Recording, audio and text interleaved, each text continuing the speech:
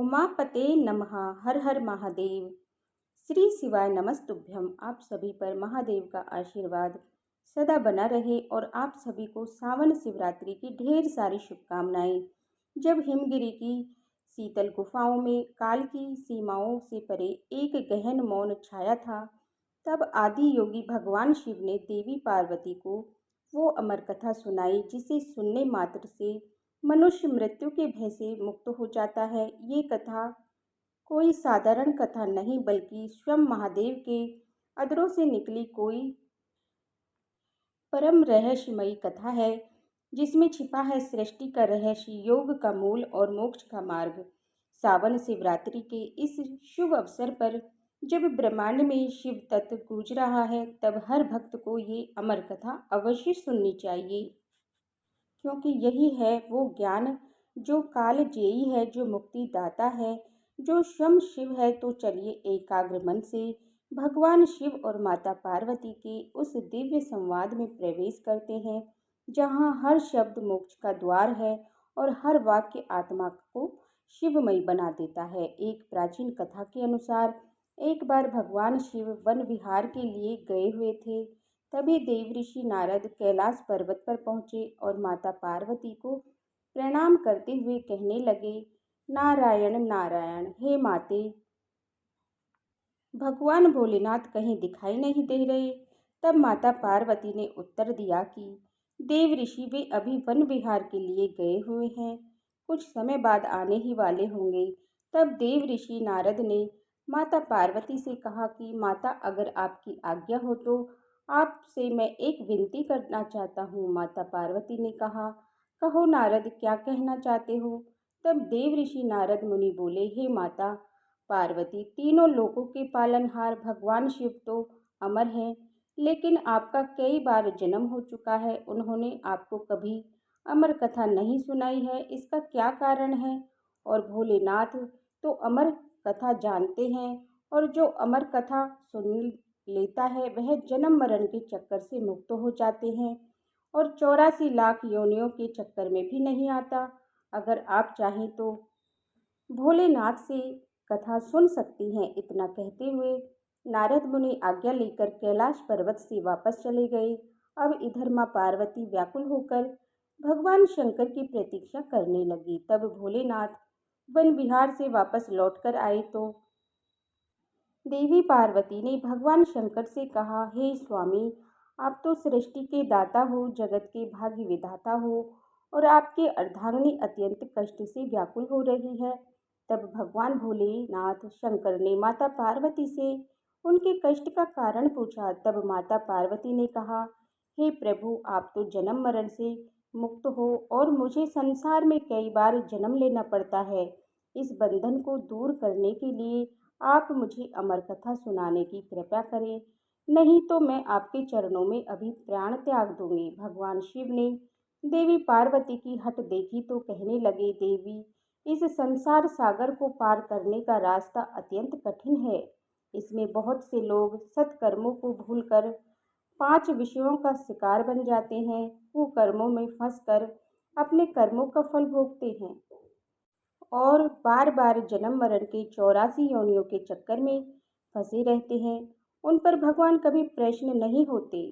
जब तक कि जीव को अपनी आत्मा से भगवान भक्ति और सत्य धर्म के प्रचार का ज्ञान न हो तो वह सफलता प्राप्त नहीं कर सकता। मैं तो शक्ति, भक्ति, सत्य धर्म के पूर्ण ज्ञान के द्वारा ही अमर हूँ, जन्म मरण से भी मैं मुक्त हूँ। देवी, अगर आपके मन में भी यही आशा है तो भी व्यास गुफा में बैठकर मैं तुम्हें वह अमर कथा सुनाऊंगा। और फिर उसी समय भगवान शिव देवी पार्वती को लेकर व्यास गुफा में पहुंच गए। जब भगवान शिव ने गुफा में आसन लगाया तो उन्होंने अपनी शक्तियों द्वारा काला अग्नि नाम का एक गण प्रकट किया और उसे आज्ञा दी कि गुफा के आसपास एक ऐसी अग्नि प्रकट करो जिससे सभी जीवधारी यहाँ से दूर चले जाएं। भगवान शिव की ऐसी आज्ञा पाकर रुद्र ने ऐसा ही किया। जिस स्थान पर भगवान शिव का आसन था उसके पास में ही एक शुक अर्थात तोते का घोंसला था। उस घोंसले में एक अंडा पड़ा हुआ था उस अंडे पर किसी की भी नजर नहीं पड़ी और ना ही रुद्र अग्नि उसे जला पाई, क्योंकि वह जीवधारी तो अभी उत्पन्न ही नहीं हुआ था। परंतु इसके अलावा सब जीवधारी तो मृत्यु को प्राप्त हो गए या फिर वहां से दूर चले गए। इसके पश्चात भगवान शिव नेत्र बंद करके एकाग्र चित्र होकर देवी पार्वती को अमर कथा सुनाने लगे। अमर कथा की शक्ति के द्वारा उस अंडे से एक जीव प्रकट हो गया और इधर अमर कथा सुनते सुनते देवी पार्वती को निद्रा आ गई।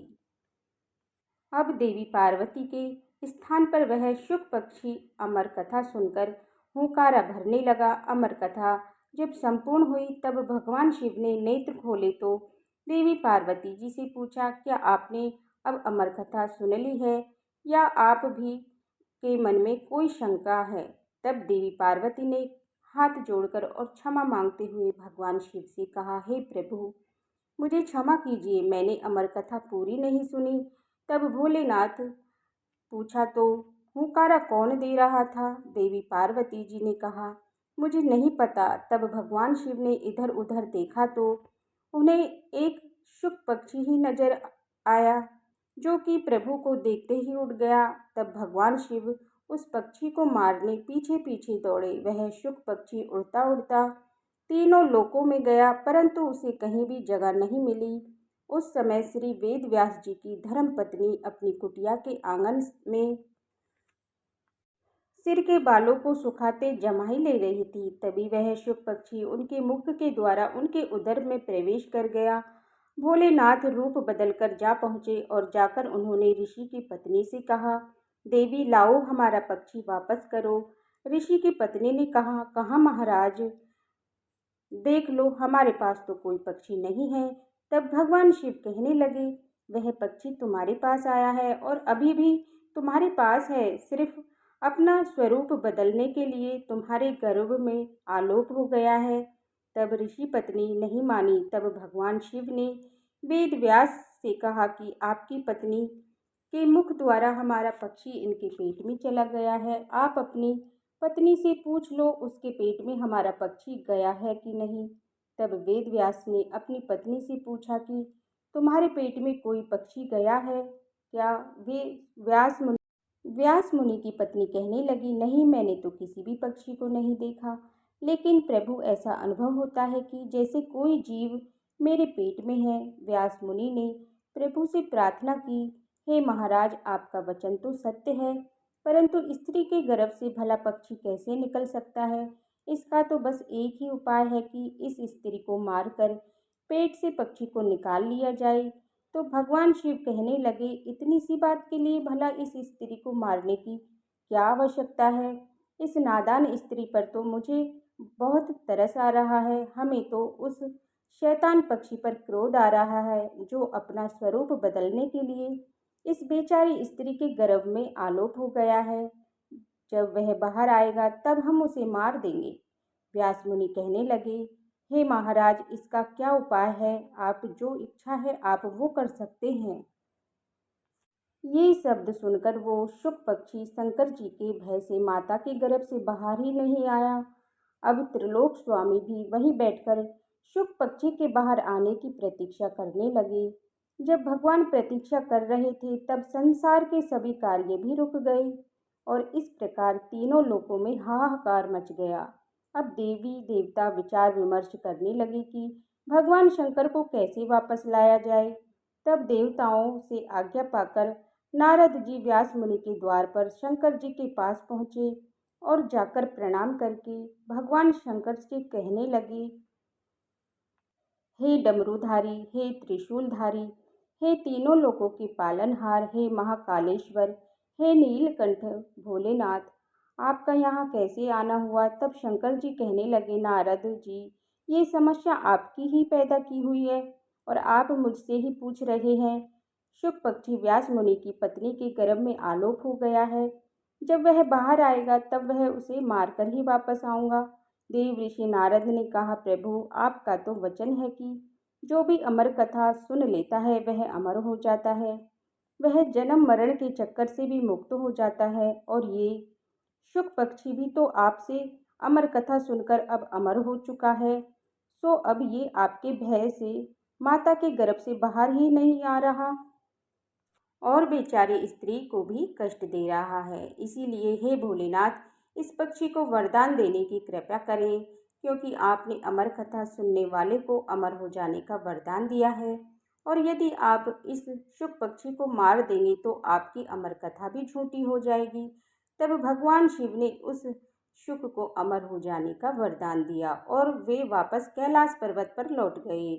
और फिर शुक व्यास जी की अयोनिक पुत्र बने। गर्भ में ही उन्होंने वेद पुराण और उपनिषदों का ज्ञान प्राप्त किया और वह अपनी माता के गर्भ में 12 वर्षों तक रहे। तब वेद व्यास जी ने दिव्य दृष्टि से उनसे पूछा कि अच्छा पुत्र, तुम बाहर क्यों नहीं आ रहे हो? तब वे बोले, मैं माया के प्रभाव में कभी कहीं पड़ ना जाऊं, इसीलिए बाहर नहीं आना चाहता। तब तक श्री कृष्ण मुझे आकर आश्वासन ना देंगे, तब तक गर्भ से बाहर नहीं आऊंगा। तब देवऋषि नारद वहां पधारे और उनके कहने पर भगवान श्री कृष्ण स्वयं आकर उन्हें आश्वासन देते हैं कि तुम्हें जन्म लेने के बाद भी माया स्पर्श नहीं कर पाएगी। तब कहीं जाकर शुकदेव माता के गर्भ से बाहर आए और उन्होंने अपने पिता से भागवत का पूरा ज्ञान भी प्राप्त किया और वही शुकदेव मुनि के नाम से विख्यात हुए। अमर कथा की समाप्त हुई। तो प्रेम से बोलिए श्री शंकर भगवान की जय, माता पार्वती की जय। अगर आपको ये आज की कथा पसंद आई हो तो हमारे वीडियो को लाइक करके हमारे चैनल को भी सब्सक्राइब जरूर कर लीजिएगा और कमेंट बॉक्स में हर हर महादेव अवश्य लिखिएगा। ओम नमः शिवाय। हर हर महादेव।